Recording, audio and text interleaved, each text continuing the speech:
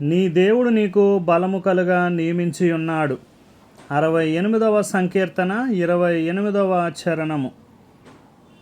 మన జీవితంలో ప్రతిదీ స్పష్టంగా తగినంత తీవ్రతతో జరిగేలా దేవుడు మన వ్యక్తిత్వాలకి బలాన్ని ప్రసాదిస్తాడు.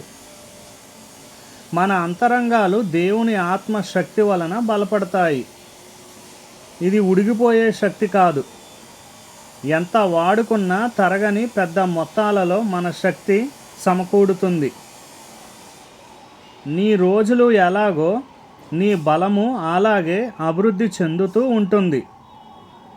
మానసిక శక్తి, నిర్ణయాలు తీసుకోగలిగే శక్తి, ఇతరుల్ని ఆప్యాయంగా చూడగలిగే మనస్సు, సరైన ఆదర్శాలను రూపొందించుకోగలిగి వాటిని సాధించగలిగే శక్తి, ఇవన్నీ నీలో దినదినాభివృద్ధి చెందుతాయి. నేను సాగిపోవడానికి దేవుడే నాకు శక్తి.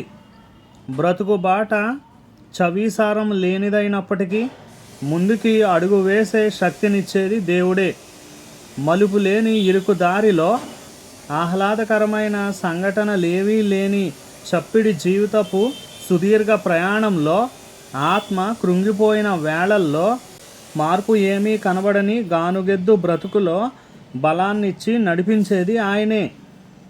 పైకి ఎక్కిపోవడానికి దేవుడే నాకు శక్తి. కష్టాల కొండల్ని భయం లేకుండా ఎక్కిపోయే శక్తి నాకు ఆయనే. క్రిందికి దిగి వెళ్ళడానికి దేవుడే నాకు శక్తి.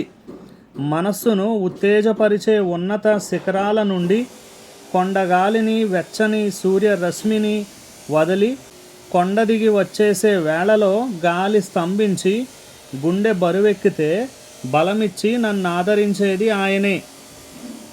ఆరోగ్యం దెబ్బతిని శారీరకంగా కృషించిపోతూ ఉన్న ఒక వ్యక్తి అనేవాడు, ఈ దిగి రావడమే నేను భరించలేకపోతున్నాను.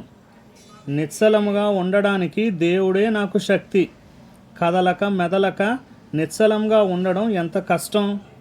పనేమీ లేక ఉండే సమయాల్లో మనం ఒకరితో ఒకరము చెప్పుకుంటాము కదా, అబ్బా చెయ్యడానికి ఏదైనా పని ఉంటే ఎంత బావుణ్ణు. చిన్నపిల్లవాడికి జలుబు చేస్తే తల్లి వైద్యం తెలియక నిస్సహాయంగా నిలబడిపోయవలసిన స్థితి ఎంత దయనీయంగా ఉంటుంది. ఆమెకి అది అగ్ని పరీక్షే కదా.